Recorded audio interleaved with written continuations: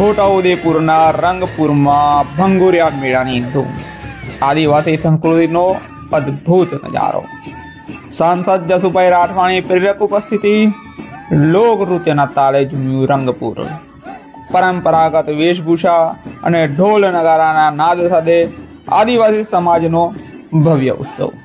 જય હિન્દ. હું છું સંજયસિંહ રાણા, ટીમ જાગૃત સાથે. છોટાઉદેપુર જિલ્લામાં આદિવાસી સંસ્કૃતિના પવિત્ર અને ઉત્સાહભર્યા પર્વ એવા ભંગુરિયા મેળાઓની શરૂઆત હોળીના આગલા અઠવાડિયાથી શરૂ થઈ જતી હોય છે. ત્યારે રંગપુર ગામ ખાતે યોજાયેલ ભવ્ય ભંગુરિયા મેળામાં ભારે મોટી સંખ્યામાં જનમેદની ઉમટી પડી હતી. આ પરંપરાગત મેળામાં છોટાઉદેપુરના સાંસદ જસુભાઈ રાઠવાએ પણ ખાસ હાજરી આપી હતી અને લોકોનો ઉત્સાહ વધાર્યો હતો. છોટાઉદેપુરનું રંગપુર ગામ આજે ઢોલ નગારાના ગુંજારવ અને પાવાના સૂરોથી ગુંજી ઉઠ્યું હતું. તેનું નિમિત્ત હતું પરંપરાગત ભંગુરિયો મેળો. આદિવાસી સમાજની અનોખી ઓળખ સમાન આ મેળામાં આ વર્ષે ભારે ઉમંગ જોવા મળ્યો હતો. મેળામાં યુવાનોથી લઈને વડીલો સુધી સૌ કોઈ પરંપરાગત આદિવાસી વેશભૂષામાં સજ્જ થઈને આવ્યા હતા. આ ભવ્ય કાર્યક્રમ દરમિયાન સાંસદ જસુભાઈ રાઠવા વિશેષ હાજર રહ્યા હતા અને તેમને મેળાની મુલાકાત લઈ આદિવાસી નૃત્ય કરી અને આદિવાસી સંસ્કૃતિને નજીકથી નિહાળી હતી.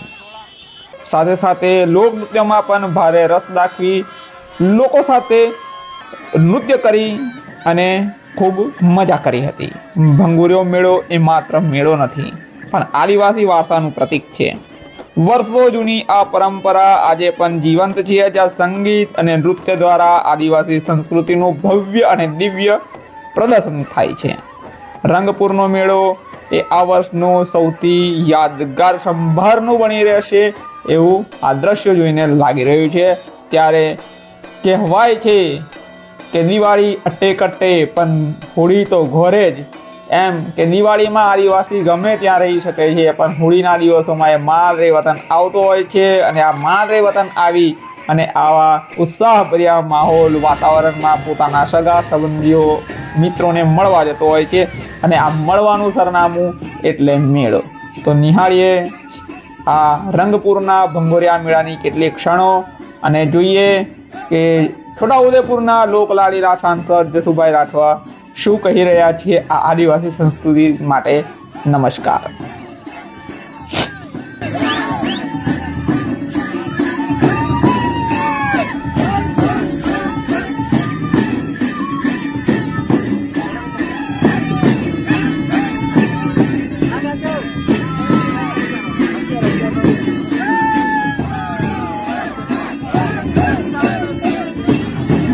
હોળી એટલે આદિવાસીઓનો મુખ્ય તહેવાર. દિવાળી અટે કટે પણ હોળી ઘોર, એમ આ હોળી પર્વની આજથી ભંગુરિયાના મેળાની શરૂઆત થઈ છે અને પૂરેપૂરા 7 દિવસ દરેક વિસ્તારની અંદર, આદિવાસી વિસ્તારની અંદર ભંગુરિયાના મેળાઓ યોજાઈ રહ્યા છે. અને ભંગુરિયાનો મેળો જે દિવસે પૂરો થશે તે દિવસે હોળી માતાનું દહનનો કાર્યક્રમ રાખવામાં આવ્યો છે. એના પછી ચૂલના મેળાઓ યોજાશે, કમાટની ઘેરનો મેળો પણ યોજાશે. આમ આ છેલ્લા 15 દિવસ આદિવાસીઓ માટે મુખ્ય તહેવાર.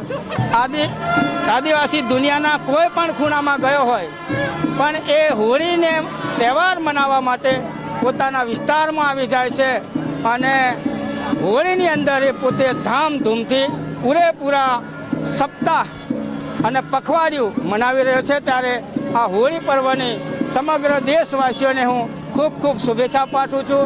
ખાસ કરીને મારા આદિવાસી વિસ્તારના તમામ માતાઓ, ભાઈઓ, બહેનો અને યુવાન સાથીઓને પણ હોળી પર્વની શુભેચ્છા પાઠવું છું અને વિનંતી પણ કરું છું કે આપણે પણ સંસ્કૃતિ સાથે જોડાઈને હોળીના પર્વની અંદર નાચ ગાન સાથે આ એક પખવાડિયું ઉજવીએ એવી શુભેચ્છાઓ.